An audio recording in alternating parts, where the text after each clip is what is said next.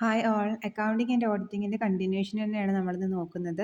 Rules for debit and credit traditional or English approach പ്രകാരമുള്ള റൂൾസാണ്. ഡെബിറ്റും ക്രെഡിറ്റും ചെയ്യുന്ന റൂൾസാണ് വരുന്നത്.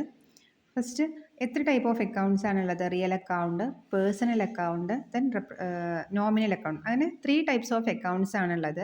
അതിന് പിന്നെ പേഴ്സണൽ അക്കൗണ്ടിനെ സബ് ഡിവൈഡ് ചെയ്തതാണ് natural person account, artificial and representative persons account ഒക്കെ. അപ്പോൾ നമുക്ക് ഫസ്റ്റ് കേസ് നോക്കാം, റിയൽ അക്കൗണ്ട്.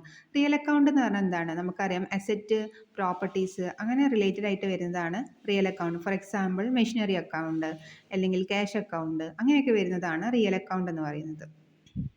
ദെൻ അതിൻ്റെ റൂൾ എന്താണ്? Rules for debit, what's comes in and what's goes out credit ചെയ്യുക അല്ലേ.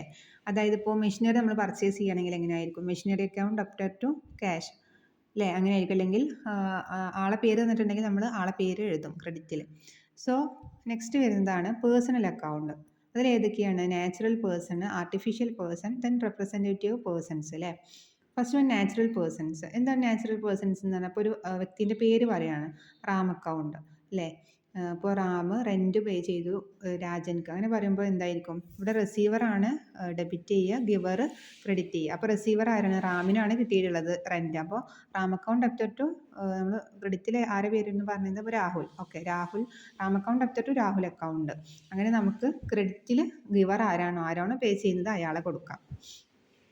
ദെൻ ആർട്ടിഫിഷ്യൽ പേഴ്സൺസ് അക്കൗണ്ടിൽ ഇപ്പോൾ ഏതെങ്കിലും ഒരു ഇൻസ്റ്റിറ്റ്യൂഷൻ്റെ പേരൊക്കെ പറയുകയാണെങ്കിൽ അതാണ് ആർട്ടിഫിഷ്യൽ പേഴ്സൺസ് എന്ന് പറയുന്നത്. ഇപ്പോൾ ക്രിയേറ്റഡ് ബൈ ഹ്യൂമൺ ആയിരിക്കും അല്ലേ, ഒരു ഇൻസ്റ്റിറ്റ്യൂഷൻ ക്രിയേറ്റഡ് ബൈ ഹ്യൂമൺ ആയിരിക്കും. അതാണ് ആർട്ടിഫിഷ്യൽ പേഴ്സൺ എന്ന് പറയുന്നത്. Then representative persons account. അതെന്ന് പറഞ്ഞാൽ group of persons or indirectly represent a person without mentioning name. ആ ഒരാളെ പേര് പറയാതെ അയാളെ ഇൻഡയറക്റ്റ്ലി നമ്മൾ റെപ്രസെൻറ്റ് ചെയ്യുകയാണെങ്കിൽ, for example salary outstanding, interest outstanding, അത് നമ്മൾ അവിടെ അയാളെ പേര് മെൻഷൻ ചെയ്യുന്നില്ല അല്ലേ. അതൊരു ഗ്രൂപ്പ് ഓഫ് പേഴ്സൺസിൻ്റെയാണ് ഈ ഒരു റെപ്രസെൻ്റ് ചെയ്യുന്നത്. സോ അവിടെയും റൂള് തന്നെയാണ്. ഡെബിറ്റിൽ ദ റിസീവർ, ക്രെഡിറ്റിൽ the giver. Then last one nominal account. Nominal account നമുക്കറിയാം, ഇൻകം, എക്സ്പെൻസ്, പ്രോഫിറ്റ്, ലോസ് അങ്ങനെയൊക്കെ വരുന്നതാണ് നോമിനൽ അക്കൗണ്ട്. എല്ലാ എക്സ്പെൻസസും ലോസും നമ്മൾ ഡെബിറ്റ് ചെയ്യും. ദെൻ ക്രെഡിറ്റ് ചെയ്യുന്നത് എല്ലാ ഇൻകവും ഗെയിനും നമ്മൾ ക്രെഡിറ്റ് ചെയ്യും. സോ ഇതാണ് ഇതിൻ്റെ ഒരു ട്രീറ്റ്മെൻറ്റ്. പിന്നെ ഒരു ടൈപ്പും കൂടെ വരുന്നുണ്ട്, നമുക്ക് നെക്സ്റ്റ് ക്ലാസ്സിൽ നോക്കാം. അതായത് മോഡേൺ ഓർ അമേരിക്കൻ അപ്രോച്ച് വരുന്നുണ്ട്. ഇതിൽ നമുക്ക് അത്ര ടൈമില്ല പറയാൻ. അപ്പോൾ നമുക്കത് നെക്സ്റ്റ് ക്ലാസ്സിൽ നോക്കാം. താങ്ക്